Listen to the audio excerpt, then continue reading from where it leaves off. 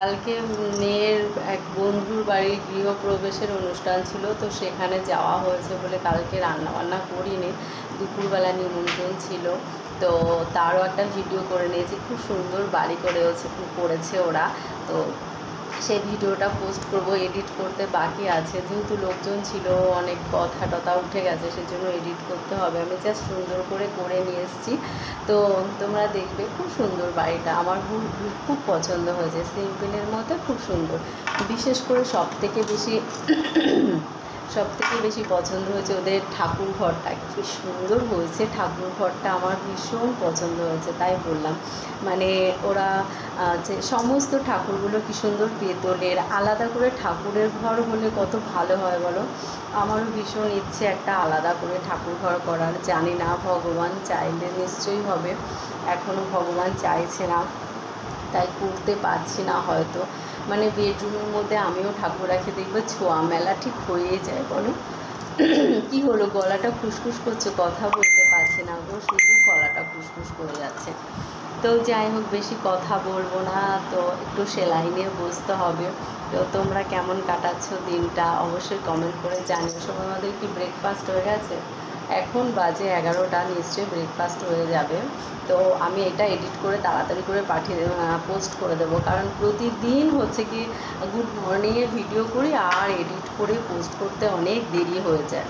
তো তোমরা সবাই ভালো থেকো, আর অবশ্যই আমাকে কিন্তু আমার ইউটিউব চ্যানেলটা সাবস্ক্রাইব করো, আর হচ্ছে গিয়ে ফেসবুকেও ফলো করো। একদম তোমরা ফলো টলো করছো না কেন গো?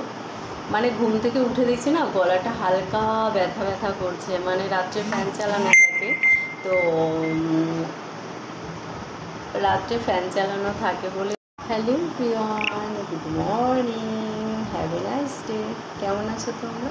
আশা করি ভালোই আছো। আমি বসে তোমাকে পা দোলাচ্ছে, জানি মেয়েদের পা দোলানো উচিত না, ভালো না, কিন্তু আজকে একটু তাড়াতাড়ি সমস্ত কাজ হয়ে গেছে। মেয়ের আজকে থেকে এক্সাম শুরু হয়েছে, দেন সকালে রান্না হয়ে গেল, চাটা খাওয়া হয়ে গেল, আজকে আবার বিছানার চাদরটা পাল্টালাম, যদিও বা কাচবো না, ওয়েদারটা ভীষণ খারাপ, কাচবো না আজকে, কিন্তু পাল্টে নিলাম রয়েছে লন্ড্রি ব্যাগের মধ্যে। দাদাও হচ্ছে গিয়ে দিয়ে দিয়েছে জিন্সের প্যান্টগুলো, একদম প্যান্ট শোকায় না। দেখো আজকে চাদরটা পাল্টে, এই ঘরটা একটু অন্ধকার লাগছে, আজকে চাদরটা পাল্টে এই চাদরটা পেতেছি।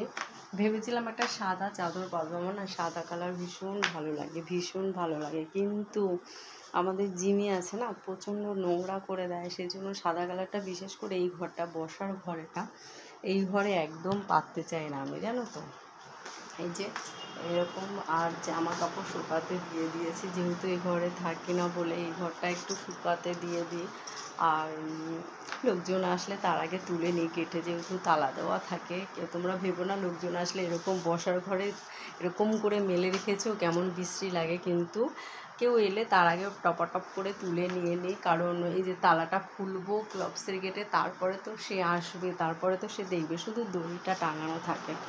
তো আমাদের বেডরুমেও ভেবেছিলাম যে এই যে বেডরুমটা দেখো, বেডরুমেও ভেবেছিলাম পেতে নেব আর একটা চাদর, কিন্তু ইচ্ছা করছিল না, আর কোমরে প্রচণ্ড ব্যথা করছে, সেই কারণে।